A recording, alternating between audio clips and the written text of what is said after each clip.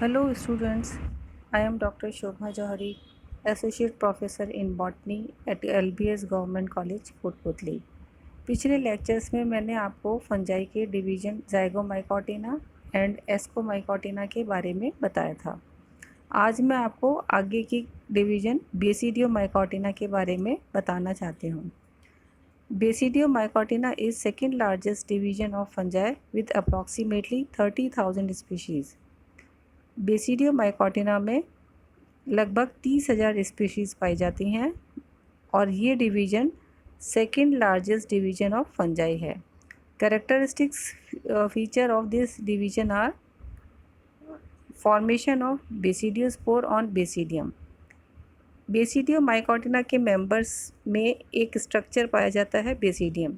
इस संरचना के ऊपर ही बेसिडियोस्पोर्स लगते हैं। Basidiospores are produced exogenously. ये बेसिडियोस्पोर इस बेसिडियम के ऊपर बाहर की तरफ लगते हैं। Basidium is aseptate and bear one celled haploid basidiospores also called as ballistospores और स्टैटिस्मोस्पोर्स। बेसिडियम एसेप्टेट होता है, अर्थात इसमें सेप्टम नहीं पाए जाते हैं और ये वन सेल्ड एक कोशिकीय हैप्लॉइड अगुणित बेसिडियोस्पोर बियर करता है। इन बेसिडियोस्पोर्स को बैलिस्टोस्पोर्स या स्टैटिस्मोस्पोर्स भी कहा जाता है। नेक्स्ट पॉइंट आता है presence of clamp connection, dolipore septa and double layered wall are other characteristic features. Division basidiomycotina में क्लैम्प कनेक्शन पाया जाता है। ये एक बहुत ही स्पेशल फीचर होता है इस डिवीज़न का। इसके अलावा इसमें डोलियोपोर सेप्टा पाए जाते हैं और डबल लेयर्ड वॉल होती है। डोलियोपोर सेप्टम नॉर्मल सिंपल सेप्टम से कुछ अलग प्रकार के सेप्टम होते हैं। यहाँ पर मैंने आपको इस डायग्राम में यही दिखाने की कोशिश करी है। यहाँ देखिए, ये डोलियोपोर सेप्टम है और यहाँ पे ये सेप्टम है, ये सेप्टम है। इसमें देखिए, इस सेप्टम के दोनों तरफ ये मेम्ब्रेन्स भी हैं, ये मेम्ब्रेन्स भी हैं और इस सेप्टम में ये देखिए, यहाँ पर ये स्वेलिंग दिखाई दे रही है, ये स्वेलिंग है और ये बीच में पोर है। तो इस कारण ये एक सेप्टम एक साधारण सेप्टम ना होकर के कुछ स्पेशल प्रकार का सेप्टम है और इसीलिए इसको डोलियोपोर सेप्टम कहते हैं। Dolipore is enclosed on either side by dome shaped membranous structure. Dolipore दोनों तरफ अपने एक मेम्ब्रेनस स्ट्रक्चर द्वारा एनक्लोज होता है। इस स्ट्रक्चर को सेप्टल पोर, कैप और पैरेंथोसोम कहा जाता है। पैरेंथोसोम का अर्थ होता है कोष्ठक। तो ये कोष्ठक की तरह ही ये इस तरह की संरचना दिखाई पड़ती है। तो यहाँ पे ये देखिए, ये इससे कोष्ठक नुमा स्वेलिंग्स या किनारे फूले हुए दिखाई पड़ते हैं। इस प्रकार के सेप्टम को डोलियोपोर कहते हैं। क्लैम्प कनेक्शन अब देख लेते हैं। क्लैम्प कनेक्शन क्या होता है, ये देखिए। क्लैम्प कनेक्शन बेसिडियोमाइकोटिना के मेंबर्स के में जो माइसीलियम होता है, ये माइसीलियम में ये क्लैम्प कनेक्शन दिखाया गया है। ये देखिए, जो माइसीलियम की टिप की जो सेल होती है, ये सेल अपने सेप्टम के पास से यहाँ से आउटग्रोथ करती है। ये देखिए, यहाँ से ये आउटग्रोथ निकालती है और ये आउटग्रोथ सेप्टम के पास वाली दूसरी निचली सेल में जाके मिल जाती है। यहाँ पे ये देखिए, ये मिल गई। तो इस प्रकार के कनेक्शन को क्लैम्प कनेक्शन कहा जाता है। ये बेसिडियोमाइकोटिना का ही एक स्पेशल कैरेक्टरिस्टिक फीचर है और इस फीचर को हम एस्कोमाइकोटिना के क्रोजियर फॉर्मेशन से के समानांतर में इसको देख सकते हैं। अगला कैरेक्टर आता है dikaryotic phase is interspersed between plasmogamy and karyogamy, represented by extensive dikaryotic mycelium and producing the basidiocarps. Dikaryotic phase plasmogamy and karyogamy के बीच में फैला हुआ रहता है। मतलब प्लाज्मोगैमी से शुरू होकर के कैरियोगैमी होने से जस्ट पहले तक डाइकैरियोटिक फेज़ होता है। डाइकैरियोटिक फेज़ का अर्थ हुआ कि एक सेल में 2 न्यूक्लियाई प्रेजेंट होना, और ये 2 न्यूक्लियाई कुछ ना कुछ अलग प्रकार के होते हैं और इसीलिए इन दोनों का साथ रहना ज़रूरी होता है, अर्थात ये हीटेरोथैलिक होते हैं। ये देखिए, डाइकैरियोटिक माइसीलियम को सेकेंडरी माइसीलियम भी कहा जाता है, सेकेंडरी माइसीलियम। और इस सेकेंडरी माइसीलियम से ही आगे चल कर के बेसिडियोकार्प बनेगा, अर्थात इस डिवीजन की फ्रूटिंग बॉडी बनेगी। नेक्स्ट आ जाता है point, flagellated cells are absent.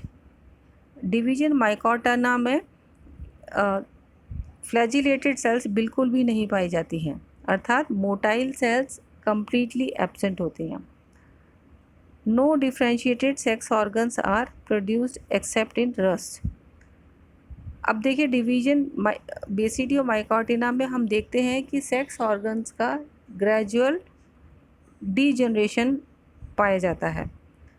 तो देखिए, इसमें no differentiated sex organs are produced, कोई अलग से सेक्स ऑर्गन्स नहीं प्रोड्यूस होते हैं एक्सेप्ट इन रस्ट। रस्ट में कुछ इंसिपिएंट टाइप के सेक्स ऑर्गन्स दिखाई पड़ते हैं। Sexual reproduction is performed by somatic hyphae.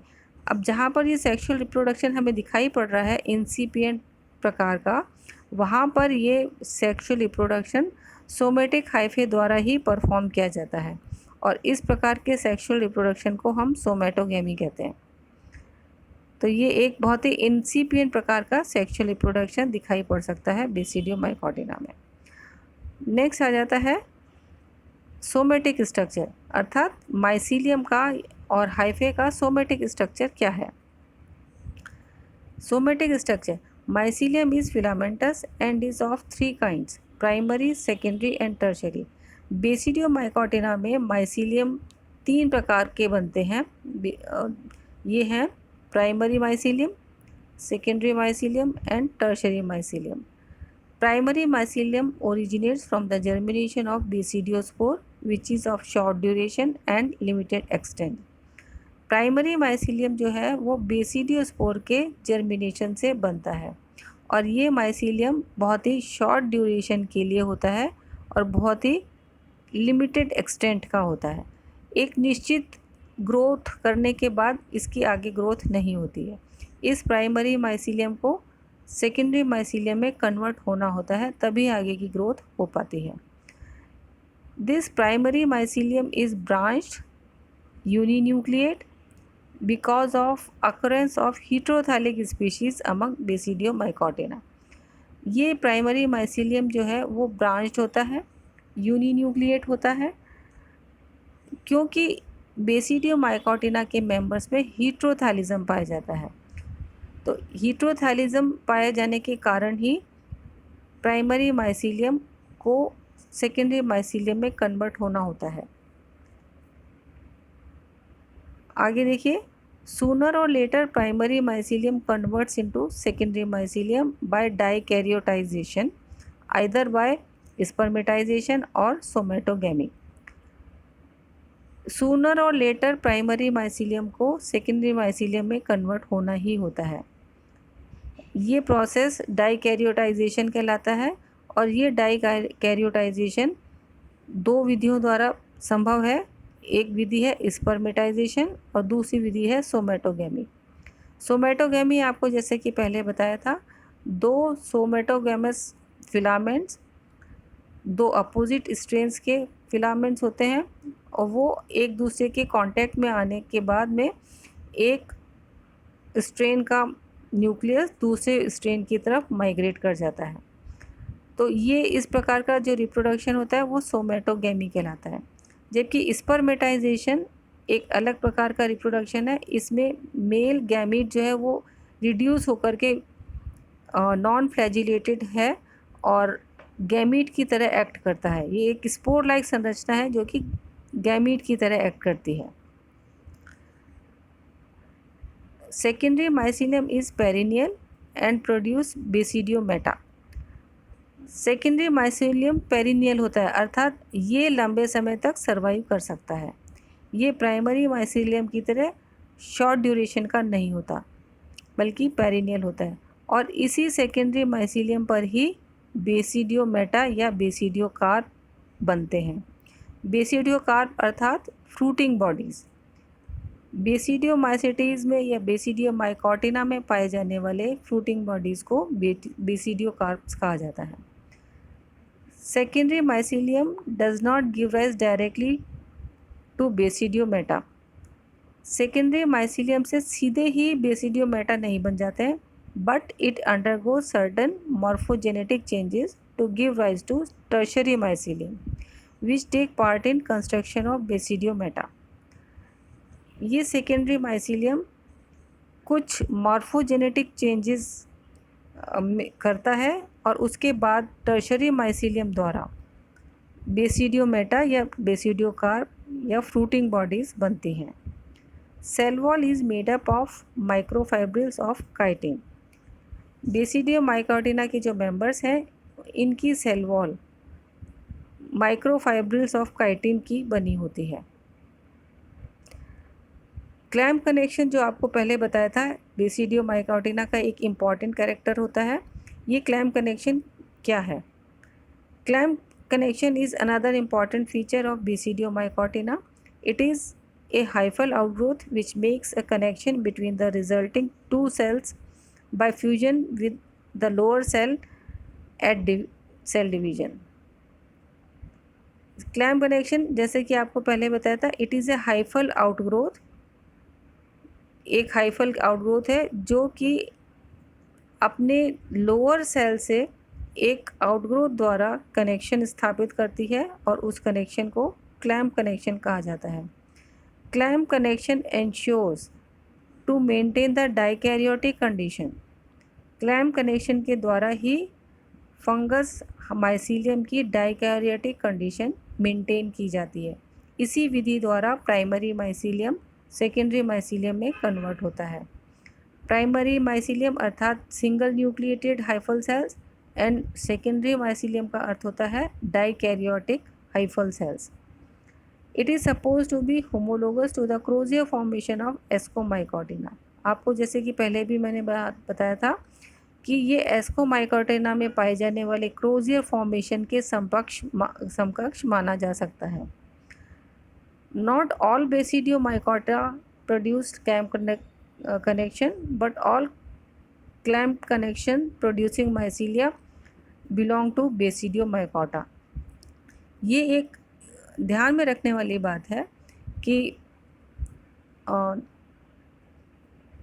सभी बेसिडियोमाइकोटिना के मेंबर क्लैम्प कनेक्शन प्रोड्यूस नहीं करते हैं, परंतु जितने भी क्लैम्प कनेक्शन प्रोड्यूसिंग मेंबर्स हैं वो बेसिडियोमाइकोटा को ही बिलोंग करते हैं। ये क्लैम्प फॉर्मेशन कैसे होता है, देखिए इन डायग्राम्स की सहायता से आपको मैं समझाती हूँ। ये देखिए एक फंगल हाइफा है, ये एक फंगल हाइफा है अर्थात एक फंगस की सेल है। इस सेल में ये दो प्रकार के न्यूक्लियाई हैं, दो स्ट्रेन्स के न्यूक्लियाई हैं। ये दोनों न्यूक्लियाई देखिए इस तरह से विभाजन करते हैं। ये एक तरीके से कर रहा है, ये भी अपने तरीके से विभाजन कर रहा है, माइटोटिक सिंपल डिवीजन्स कर रहा है। इन डिवीजन करने के पश्चात इस सेल के सेप्टम के पास से एक आउटग्रोथ अराइज होती है। इस आउटग्रोथ में एक माइसीलियम माइग्रेट कर जाता है और यहाँ पर ये देखिए सेप्टम फॉर्मेशन हो जाता है। तो होता क्या है कि ये वाले रिजल्टिंग सेल में, इस रिजल्टिंग सेल में दो विपरीत स्ट्रेन के न्यूक्लियस आ जाते हैं और यहाँ पे जबकि ये एक सेल रह गई है जिसमें कि एक ही न्यूक्लियस है। ये लास्ट सेल तो कहलाती है अल्टीमेट सेल और इससे पहले वाली सेल कहलाती है पेन अल्टीमेट सेल। तो इस पेन अल्टीमेट सेल में ये दो डिफरेंट स्ट्रेन के न्यूक्लियाई आ गए हैं और नेक्स्ट स्टेप में देखिए इन दोनों न्यूक्लियाई से नीचे की सेल में भी ये दो डिफरेंट स्ट्रेन के न्यूक्लियाई आ गए हैं। तो इस तरह से प्राइमरी माइसीलियम सेकेंडरी माइसीलियम में कन्वर्ट होकर के और अपने नंबर ऑफ सेल्स बढ़ाता रहता है। नेक्स्ट पॉइंट पे आ जाते हैं, asexual reproduction in basidiomycotina. Asexual reproduction देखिए इन विधियों द्वारा होता है, बाय बडिंग, ये देखिए बडिंग द्वारा, फ्रेगमेंटेशन द्वारा, कोनिडिया द्वारा, आर्थ्रोस्पोर्स या आर्थ्रोकोनिडिया द्वारा। This do not round up और फॉर्म थिक वॉल। आर्थ्रोस्पोर्स ये गोल नहीं होते हैं, है ना, and thick wall like structure भी नहीं बनाते हैं, इसलिए इनको आर्थ्रोस्पोर या आर्थ्रोकोनिडिया कहा जाता है। ऑइडिया द्वारा भी एसेक्सुअल रिप्रोडक्शन होता है, इसका सिंगुलर होता है ऑइडियम, ये ग्रीक वर्ड है। ऑइडियन का अर्थ होता है small egg. Oidia either germinate to produce primary mycelia or function as spermatizing agent. Oidia germinate करके प्राइमरी माइसीलियम बनाते हैं या स्पर्मेटाइजिंग एजेंट की तरह काम करते हैं। नेक्स्ट आ जाता है यूरिडिनोस्पोर्स। यूरिडिनोस्पोर्स द्वारा भी एसेक्सुअल रिप्रोडक्शन होता है, और ये यूरिडिनोस्पोर्स या यूरिडोस्पोर्स भी कहा जाता है इन्हें। ये रस्ट फंजाई के अंदर प्रोड्यूस होते हैं। अगला पॉइंट आ जाता है sexual reproduction in basidiomycotina. Sex organs are not formed in basidiomycota except in rust. आपको ये पॉइंट मैंने पहले भी बताया था। Sexuality in basidiomycota gets progressively suppressed, sex organs are lost and the whole process is reduced to copulation between vegetative mycelia, और इसी को ही सोमेटोगेमी कहा जाता है। Majority of species are heterothallic. ज़्यादातर स्पीशीज़ बेसिडियोमाइकोटिना की हीट्रोथैलिक होती हैं। Morphologically mycelia are alike but they are different in sexual behaviour. Heterothallism क्या होता है? तो मॉर्फोलॉजिकली माइसीलियम हमें एक जैसे दिखाई पड़ते हैं, परंतु सेक्सुअल बिहेवियर में वो डिफरेंट होते हैं। इसी फिनोमिनन को हम हीट्रोथैलिज्म कहते हैं। Rudimentary differences in sex shown at the time of sexual fusion is designated by plus and minus strings. Plus and minus strings द्वारा इनको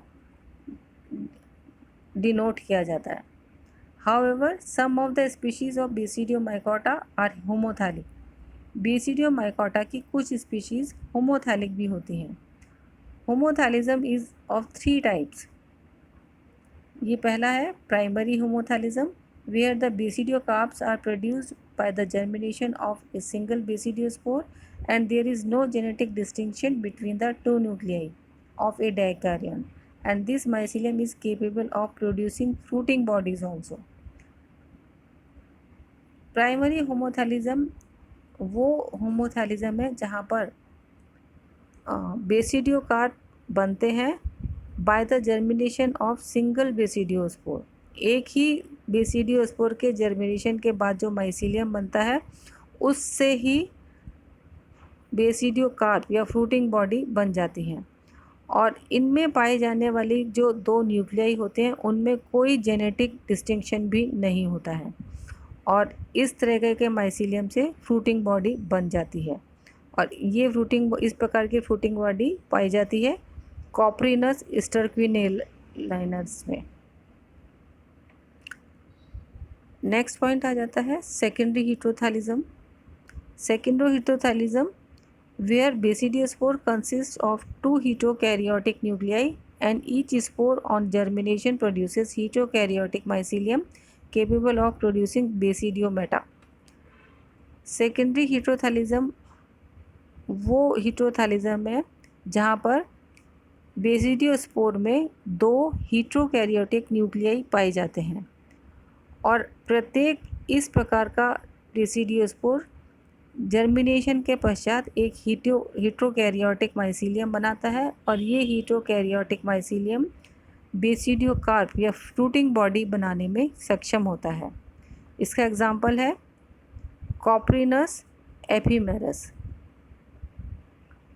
तीसरे प्रकार का हीट्रोथैलिज्म पाया जाता है अगैरिकस में। In agaricus campestris and armillaria non clamped mycelia produced by germination of basidiospores do not lead to formation of basidiocarp. इनमें क्लैम्प फॉर्मेशन नहीं पाया जाता है और बेसिडियोस्पोर्स बेसिडियोकार्प भी नहीं बनाते हैं, but on pairing in certain combinations these form basidiocarp similar to 4-spored Ascomycota. लेकिन ये कुछ विशिष्ट प्रकार की पेयरिंग में बेसिडियोकार्प बना लेते हैं और ये बेसिडियोकार्प उसी प्रकार का होता है जैसे कि कुछ एस्कोमाइकोटा के मेंबर्स में 8 एस्कोस्पोर्स की बजाय 4 एस्कोस्पोर्स बनते हैं। तो उसी प्रकार से ये भी बेसिडियोकार्प बना लेते हैं।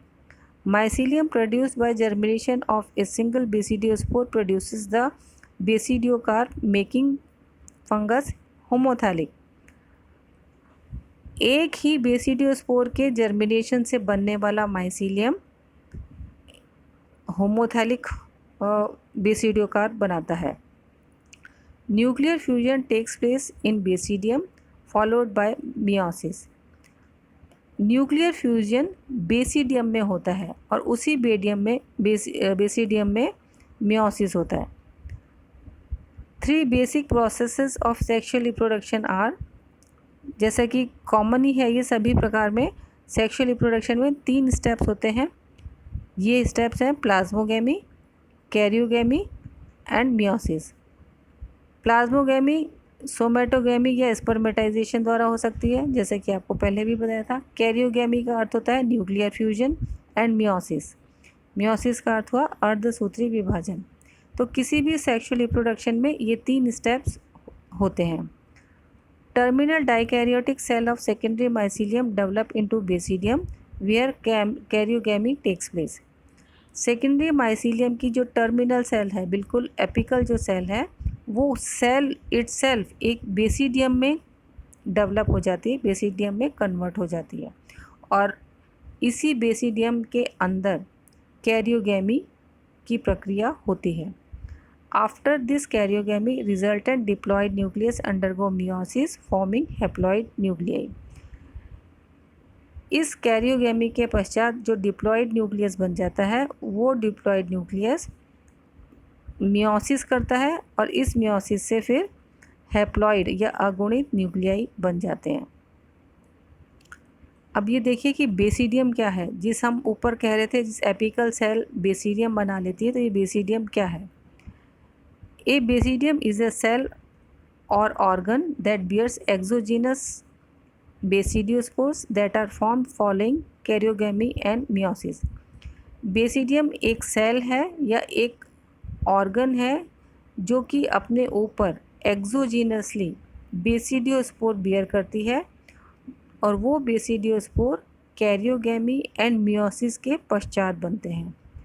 A typical basidium is a unicellular club shaped structure which originates as a terminal cell of a biotunicate hypha. एक टिपिकल बेसिडियम जो है वो यूनिसेल्युलर होता है और एक क्लब शेप्ड स्ट्रक्चर होता है जो कि टर्मिनल सेल से ओरिजिनेट होता है और ये टर्मिनल सेल डाइकैरियोटिक हाइफा से बनी होती है। It is separated from rest of the hypha by a septum. ये अपनी बाकी हाइफा से सेप्टम द्वारा सेपरेटेड होती है, over which A clamp connection is generally visible, और इसमें क्लैम्प कनेक्शन भी पाया जाता है। Enlarging basidium forms 4 elongate projections, the sterigmata, from the apex. Basidium के अपेक्स साइड से ऊपर की तरफ से 4 छोटे छोटे इलोंगेट प्रोजेक्शंस बनते हैं। इन प्रोजेक्शंस को स्टेरिग्मा कहते हैं। The tip of each sterigma enlarges to form basidiospore initial. इन स्टिग्मा की टिप्स जो है वो फूल करके बेसिडियोस्पोर इनिशियल बनाती है। A single haploid nucleus and cytoplasm are pushed into the basidiospore initial, और इस इनिशियल में एक सिंगल न्यूक्लियस एंड कुछ साइटोप्लाज्म पुश कर दिया जाता है। When basidium is single celled and not separate, it is called as hollow basidium. जब ये बेसिडियम सिंगल सेल्ड होता है और इसमें सेपरेशन नहीं होता है तब इस बेसिडियम को होलो बेसिडियम कहते हैं। And if basidium is separate it is called as phragmobasidium. अगर इसमें सेप्टम पाए जाते हैं तब ये बेसिडियम फ्रैग्मोबेसिडियम कहलाता है। यहाँ पर देखिए मैं आपको दिखाती हूँ बेसिडियम की संरचना। ये देखिए ये पूरी एक संरचना जो है ये बेसिडियम है। ये बेसिडियम के ऊपर ये लगे हुए हैं, ये बेसिडियोस्पोर्स हैं। ये बेसिडियोस्पोर्स हैं, देखिए ये बेसिडियम है और इसमें आउटग्रोथ निकलती है, छोटी सी outgrowth, finger like projections, very small projections. इन प्रोजेक्शंस को स्टिग्मा कहा जाता है और इन स्टिग्मा के ऊपर ये देखिए ये बेसिडियोस्पोर बनते हैं, ये बेसिडियोस्पोर बनते हैं।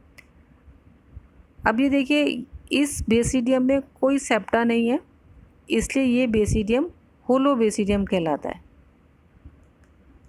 ये सारे ही होलो बेसिडियम है। ये सब डिफरेंट टाइप्स के होलो बेसिडियम, डिफरेंट शेप्स के होलो बेसिडियम हो सकते हैं। ये देखिए यहाँ holobasidium is found in different shapes also as shown in following diagrams. ये देखिए डिफरेंट शेप्स के हैं। ये ट्यूनिंग फॉर्क टाइप है, ये देखिए इस एक प्रकार का है। ये काफ़ी इलोंगेटेड से हैं बेसिडियम। ये देखिए सेपरेट है, ये सेपरेट बेसिडियम है और ये भी पक्सीनिया में पाए जाने वाले बेसिडियम है।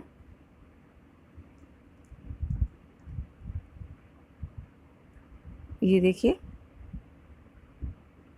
ये भी देखिए बेसिडियम है और ये बेसिडियम है, जबकि ये जो है ये एक दूसरे प्रकार का स्पोर है। ये स्पोर है, इसको कहते हैं टेल्यूटोस्पोर्स। तो ये देखिए डिफरेंट टाइप्स के बेसिडियम आपको बताया मैंने इन डायग्राम्स में। अब देखिए बेसिडियोकार्प्स या बेसिडियोमा और ऑल्सो कॉल्ड एज बेसिडियोम्स, ये ग्रीक वर्ड है बेसिडियन। इसका अर्थ होता है small base and carpos means fruit, दोनों को मिलाकर बनता है वर्ड बेसिडियोकार्प। तो बेसिडियोकार्प्स हैव 5 पार्ट्स। ये 5 पार्ट्स क्या हैं? पाइलियस, जिसको कि कैप भी कहते हैं, लैमिली, गिल्स कहा जाता है, एन्युलस, रिंग्स, स्टाइप या स्टॉक एंड वोल्वा। ये 5 पार्ट्स होते हैं एक बेसिडियोकार्प में। They vary in size from microscopic to several feet in diameter. कुछ फंजाई में बहुत ही माइक्रोस्कोपिक साइज़ के बेसिडियोकार्प होते हैं, जबकि कुछ दूसरे फंजाई में ये बहुत कुछ फीट डायमीटर तक के भी बेसिडियोकार्प पाए जाते हैं। इनके एग्जांपल्स ये हैं Rigidoporus ulmarius. According to Corner, ये एक साइंटिस्ट का नाम है, according to Corner 1932, fruiting body is monomictic having one kind of hyphae, that is generative hyphae, और dimictic।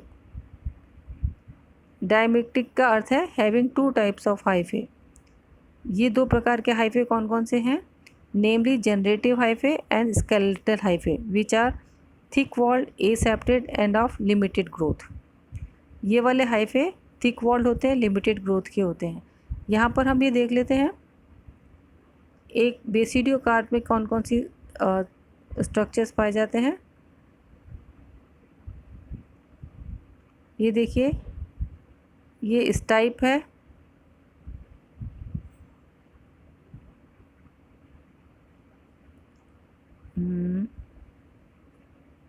ये स्टाइप है, एन्युलस है, ये लैमिली है और ये वॉल्वा है और ये पाइलियस। ये पूरा स्ट्रक्चर जो है वो पाइलियस कहलाता है। ये 5 पार्ट्स हैं एक बेसिडियोकार्प के।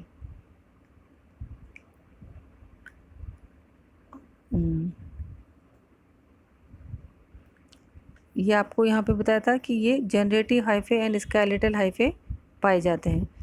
ए third type of hyphae called as binding hyphae और ligative hyphae are also found. एक तीसरे प्रकार के हाइफे और पाए जाते हैं इन बेसिडियोकार्प्स में, जिनको कि बाइंडिंग हाइफे या लिगेटिव हाइफे कहा जाता है। These are thick walled, branched and separate. ये हाइफे थिक वॉल्ड होते हैं, ब्रांच्ड होते हैं एंड सेपरेट होते हैं। In trimitic hyphal construction all three, that is generative, skeletal and binding hyphae are found. Trimitic hyphal construction में तीनों प्रकार के हाइफे पाए जाते हैं, जनरेटिव भी, स्केलेटल भी एंड बाइंडिंग टाइप के भी।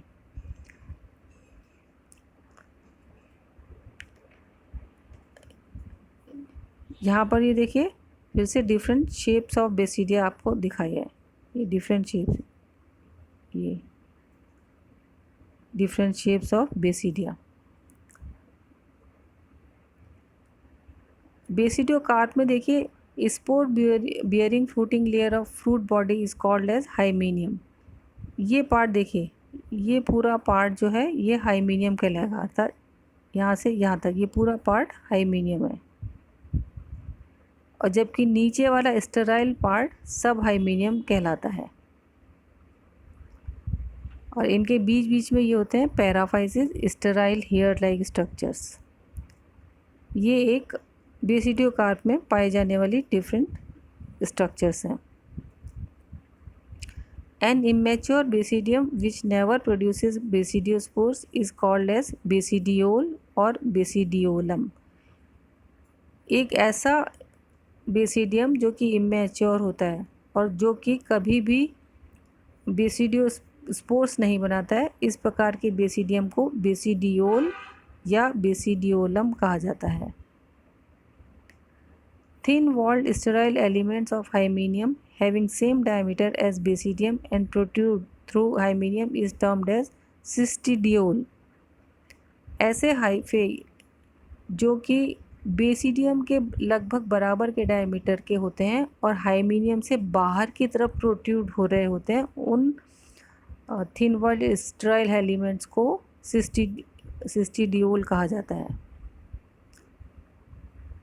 Another sterile hyphae having distinctive shape and occur at anterior surface of basidiocarp are called as cystidia। सिस्टिडियोल के अलावा और भी स्टेराइल हाइफे पाए जाते हैं और इन हाइफे को सिस्टिडिया कहते हैं। ये cystidia act as air traps and help in evaporation of moisture.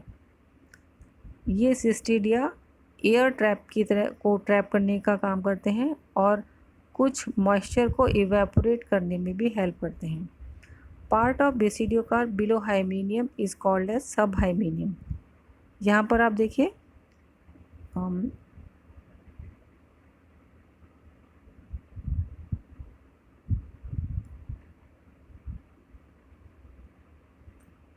ये जो पार्ट है ये पार्ट सब हाइमेनियम कहलाता है।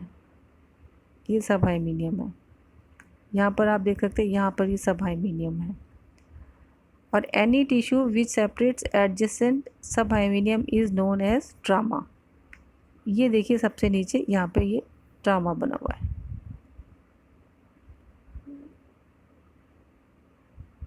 ये ट्रामा।